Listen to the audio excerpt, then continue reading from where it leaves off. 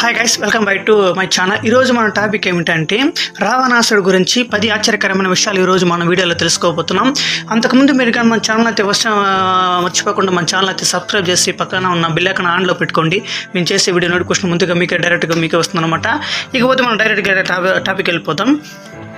First ఇది, రావణాసుడు తన జీవితంలో తర్వాత శివుడి నుండి తన పేరును పొందాడనే విషయం మీకు తెలుసా? శివుడు కైలాసం నుండి లంకకు వెళ్ళాలని రావణుడు కోరుకున్నప్పుడు దానికోసం అతను పర్వతాన్ని ఎత్తాడు. కానీ శివుడు తన పాదాన్ని పర్వతంపై ఉంచి రావణాసుడు వేలుని తన బొటన వేలుతో నలిపాడు. రావణుడు నొప్పితో గర్జించాడు. కానీ అతని శివుడి శక్తి తెలుసు కాబట్టి అతను శివతాండవ స్తోత్రం చేయడం ప్రారంభించాడు. మరియు రావణుడు తన 10 తలలో ఒకదాన్ని వీణా గుమ్మడిగా, తన చేతులతో ఒకదాన్ని పుంజిగా మరియు అతని నరాలను తాడుగా ఉపయోగించి రుద్రవీణ అని పిలువబడే వీణను రూపొందించాడని చెబుతారు. ఇది చూసిన శివుడు ఆకట్టుకుని అతనికి రావణాసురుడని అనే పేరును పెట్టాడు. అంటే బిగ్గరగా గర్జించే వ్యక్తి అని. సెకండ్ది, ఇక్కడ మనం తెలుసుకోవాల్సిన ఆశ్చర్యకరమైన విషయం ఏమిటంటే రావణుడు రాముడి కోసం ఒక యాగం చేశాడు. అవునండి, రావణుడు రాముడి కోసం ఒక యాగం చేశాడంట. మరియు అతను చనిపోతున్నప్పుడు అతను లక్ష్మణుని కూడా విలువైన జ్ఞానాన్ని కూడా అందించాడు. రామాయణం ప్రకారం రాముడు సైన్యం లంకకు వారధిని సృష్టించని చెబుతారు. దానికోసం వారు శివుని ఆశీర్వాదం కోసం ఒక యాగాన్ని ఏర్పాటు చేశారు. మరియు ఆ సమయంలో అతిపెద్ద నిజం ఏమిటంటే రావణుడు మొత్తం ప్రపంచంలో అతిపెద్ద శివభక్తుడు. అతను సగం బ్రహ్మణుడు కూడా, కాబట్టి అతను యజ్ఞం చేయడానికి ఉత్తమ వ్యక్తి. ఈ విధంగా రావణుడు యాగం చేసి రాముడికి తన ఆశీస్సులను ఇచ్చాడు. అలాగే రావణుడు జీవించిన వారిలో అత్యంత పండితుడని మనమందరికీ తెలుసు. రావణుడు చనిపోయే సమయంలో పక్కన కూర్చొని రాజశాస్త్రం మరియు దౌత్యంలో ముఖ్యమైన పాఠాలు నేర్చుకోవాలని రాముడు లక్ష్మణుడితో చెప్పాడు. థర్డ్ది, పుష్పక విమానం. ఈ పుష్పక విమానం అనేది కొద్ది మందికి మాత్రమే తెలుసు. కానీ దానిలో ప్రావీణ్యం సంపాదించగల విమానం మరియు రావణుడు దాన్ని స్వయంగా నియంత్రించడం కూడా నేర్చుకున్నాడు. రావణుడికి అలాంటి విమానాలు చాలా ఉన్నాయి మరియు దిగడానికి విమానాశ్రయాలు కూడా చాలా ఉన్నాయి.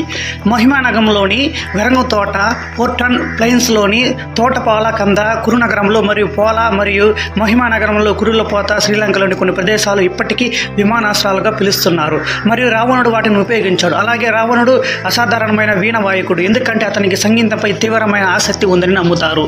ఫోర్త్ది, రావణుడు అపారమైన వేగవంతుడు. అవునండి, అతను అందరికంటే వేగంగా ఉండే సాంకేతికను బాగా నేర్చుకున్నాడు మరియు అందువల్ల అతను అన్ని రకాల బంధనాల నుండి తప్పించుకోగలిగాడు.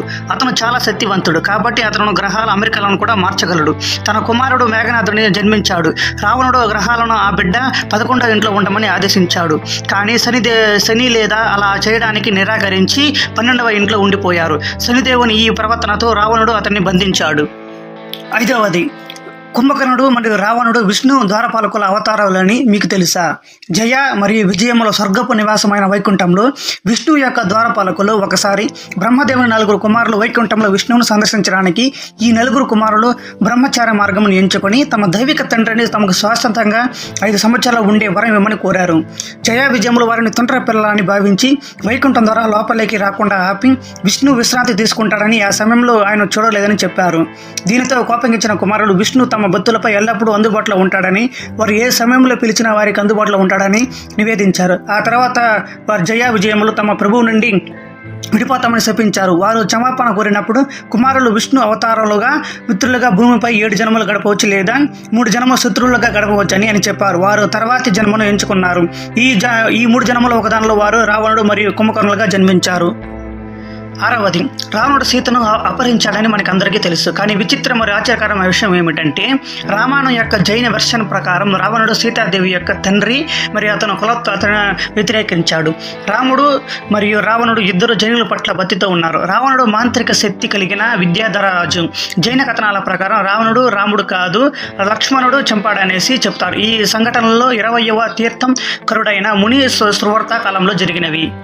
7వది, రావణుడు మరణం వెనక కథ మీకు తెలుసా? రఘువంశంలో అనర్ణ ఒక మహారాజు రావణుడు మొత్తం ప్రపంచాన్ని జయించడానికి బయలుదేరినప్పుడు అనర్ణయకు కలిశాడు. కాబట్టి వారి మధ్య భీకర యుద్ధం జరిగింది.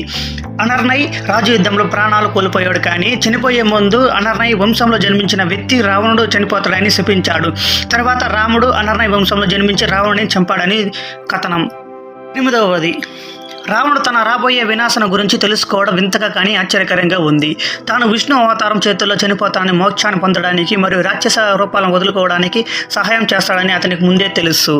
9వది రావణుడు 10 తలల వెనక కథ కూడా చాలా అద్భుతంగా ఉంది.